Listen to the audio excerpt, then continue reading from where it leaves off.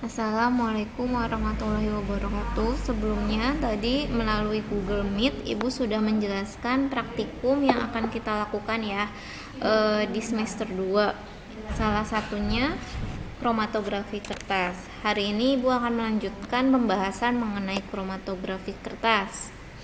Prinsipnya sesuai dengan materi yang sudah Ibu sampaikan, yaitu pelarut bergerak. Berarti pelarut ini sebagai fase geraknya, bergerak lambat pada kertas serap ini sebagai fase diamnya. Kemudian komponen-komponen bergerak pada laju yang berbeda dan campuran dipisahkan berdasarkan pada perbedaan bercak warna. Jadi sampelnya itu yang berupa campuran dipisahkan dilewati oleh fase gerak sehingga zat yang akan kita pisahkan terpisah dari campuran tersebut. Tuh. Senyawa-senyawa yang terpisahkan dapat dideteksi pada kertas ya. Biasanya muncul noda ya, muncul warna dan dapat diidentifikasi.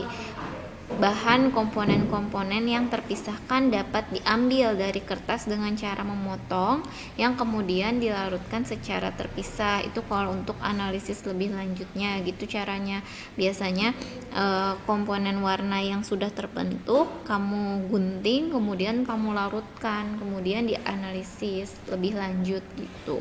Cuman kalau praktikum kita hanya sampai menghitung RF-nya saja gitu, jarak antara contoh dan standarnya dibandingkan, sudah sampai situ gitu. Ibu lanjut ya, ini udah metode kromatografi kertas ini sangat sesuai dengan kromatografi serapan ya, karena kan kertas itu menyerap fase gerak, makanya masuk ke dalam kromatografi serapan. Kita lanjut ke fase gerak dan fase diam dari kromatografi kertas ya. Jadi fase diamnya sudah Ibu jelaskan di awal, yaitu kertas serap ya. Kertas serapnya ini terdiri dari selulosa, serat-serat selulosa yang sebelumnya itu mengandung kotoran ion logam, sehingga sebelum menjadi kertas serap dia harus melalui proses pemurnian dengan HCl agar kotorannya itu hilang bersih gitu. Jadi untuk mencegah terjadinya pertukaran ion, sehingga kertasnya harus dimurnikan terlebih dahulu ya. Ingat penyusunnya itu selulosa ya. Biasanya yang digunakan itu kertas Wetman ya. Ada berbagai jenis Wetman ya. Di sini kertas Wetman itu ada nomor 4, mempunyai karakteristik mirip seperti nomor 1, tetapi memberikan efek 2 kali lebih cepat ya. Kertas-kertas yang lebih tebal seperti Wetman nomor 3 biasanya digunakan untuk pemisahan yang jumlahnya besar, karena dapat menempuh lebih banyak cuplikan tanpa menaikkan area dari noda mula-mula gitu ya. Jadi perbedaan kertas Wetman itu terletak dari apanya? Pertama, kerapatannya ya, yang kedua kecepatan mengalirnya, tebal kertas, kehalusan permukaan, sama cara pembuatan dan pemurnian gitu. Nah, kertas sebelum dilakukan pemisahan kita harus melakukan proses penjenuhan. Penjenuhan itu jadi fase gerak kita didiamkan di dalam chamber tertutup gitu saja ya. Baru kertas kita dimasukkan ke dalam chamber gitu. Nah, fase geraknya itu pelarut cairan ya, terdiri atas 2 fase, yaitu fase stasioner yaitu air, maksudnya lebih ke polar, dan fase mobile pelarut organik. Jadi fase gerak dari kromatografi kertas ini terdiri atas 2 fase stasioner dan fase mobile. Makanya fase gerak ini biasanya dibuat dari campuran perbandingan yang kayak tadi ya, etanol dengan HCl kayak gitu, perbandingan ada dua larutan yang dicampurkan gitu maksudnya. Selama elusi nih, ruang kromatografi harus jenuh uap larutan itu. Jadi harus jenuh dengan uap larutan dari fase gerak. Elusi itu apa? Elusi itu proses pemisahannya. Kalau Ya, kamu harus bisa bedain ya, elusi, eluet, dan eluen. Kalau elusi proses pemisahannya, kalau eluet hasil pemisahannya, kalau eluen itu larutan fase geraknya. Tolong dicatat bedanya elusi, eluet, dan eluen ya. Ingat, ibu ulangi lagi, elusi proses pemisahannya, eluet hasil pemisahannya, dan eluen itu fase geraknya gitu. Oke, jadi sebelumnya kamu jenuhkan terlebih dahulu ya. Kemudian nah, karena dalam praktik tidak selalu dapat diadakan pada keadaan-keadaan yang sudah ditentukan, seringkali digunakan zat pembanding standar yang tadi ibu bilang. Jadi biasanya kita menggunakan standar untuk membantu identifikasi. Nah, kayak tadi yang ibu sudah jelaskan di praktek, jadi kita punya campuran antara CU, HG, dan PB. Kemudian di sampingnya kita menonjolkan standar CU, PB, dan HG ya. Jadi nanti kita identifikasinya berdasarkan jarak atau warnanya. Warnanya pasti akan sama dengan standar zat yang akan dipisahkan, atau jaraknya pasti antara misalnya jarak CU yang terpisah dengan standar CU itu pasti jaraknya akan sama, tidak berbeda jauh. Itu fungsinya zat pembanding atau standar itu untuk membantu identifikasi. Syarat larutan elusi atau eluen ya, ini ibu salah, syarat larutan eluen. Ingat, eluen itu fase geraknya, elusi itu prosesnya. Yang pertama, tidak boleh bereaksi dengan zat, harus cukup stabil sehingga waktu penguraian tidak mengalami perubahan ya. Kemudian mudah menguap sehingga kertas mudah dikeringkan gitu. Itu alasannya, biasanya fase gerak memang mudah menguap. Viskositas tidak terlalu besar sehingga pengaliran tidak terlalu lama. Viskositas atau kekentalannya ya, jadi jangan terlalu kental, karena kalau kental pengalirannya bakal lama ke atasnya, itu menyerapnya lama gitu, makanya encer gitu. Sedangkan kecepatan merambat elusi selain tergantung pada viskositas juga tergantung dari mutu kertas, berat jenis, dan tegangan permukaan gitu. Teknik analisisnya, nah ini kalian terbayang ya, tadi udah ibu sampaikan praktikumnya. Cuplikan atau sampel yang mengandung campuran akan dipisahkan, diteteskan atau diletakkan pada daerah yang diberi tanda di atas sepotong kertas saring atau kertas serap, di mana totolan cuplikan akan meluas membentuk noda yang bulat. Noda ini zat yang terpisahkan biasanya membentuk noda atau warna.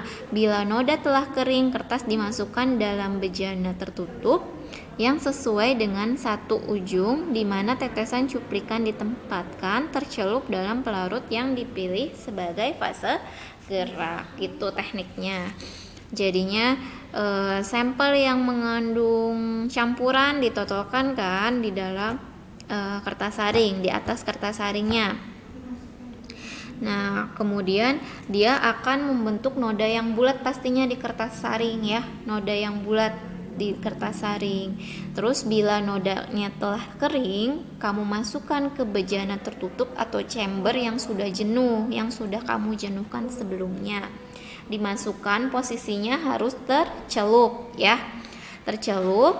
Nah, nanti fase geraknya akan mengalir ke dalam kertas serap tersebut ya. Chambernya itu ingat harus tertutup untuk meyakinkan bahwa atmosfer dalam gelas kimia atau chamber terjenuhkan dengan uap pelarut. Penjenuhan udara dalam chamber dengan uap menghentikan penguapan pelarut, sama halnya dengan pergerakan pelarut pada kertas ini ya. Jadi penjenuhan itu tujuannya agar di dalam chamber itu uapnya menghentikan penguapan, jadi untuk mencegah penguapan pelarut itu. Ingat ya, ini contohnya nih. Jadi nanti kamu di praktik kamu menggambarkan totolan ini ya, satunya sampel dan tiganya standar. Yang tadi itu yang udah ibu sebutkan contohnya di sini standar CU, PB, dan HG, dan di sini campurannya ya. nanti dia akan terpisahkan nih, misalnya yang merah ini CU-nya, berarti ini standar CU-nya gitu. Nanti jaraknya pun akan sama antara standar dengan zat yang akan dipisahkan. Ini chambernya ya, jadi chambernya ingat harus tertutup, dan ini fase geraknya, yang larutan biru ini fase geraknya. Kemudian ini kertas wetman-nya digantung dan harus tercelup, totalan yang kita buat itu harus tercelup gitu. Nanti dia fase geraknya akan merambat ke dalam kertas saring sehingga memisahkan campuran zat yang akan kita pisahkan. Prosesnya ini disebut elusi. Nah, totalan ini hasil pemisahannya itu eluet ya. Larutan fase geraknya disebut eluen gitu. Jangan ketuker ya, ingat. Nah, pelarutnya itu bergerak ke dalam seratnya oleh gaya kapiler ya, ingat. Gaya kapiler ya. Bila permukaan pelarut telah bergerak sampai jarak yang cukup jauh atau setelah waktu yang telah ditentukan, kertas diambil dari bejana kemudian diberi tanda ya. Udah kering tuh dibiarkan kering, setelah kering diberi tanda gitu ya. Jika senyawa yang terbentuknya berwarna, nah, jika berwarna maka akan terlihat sebagai pita atau noda yang terpisah.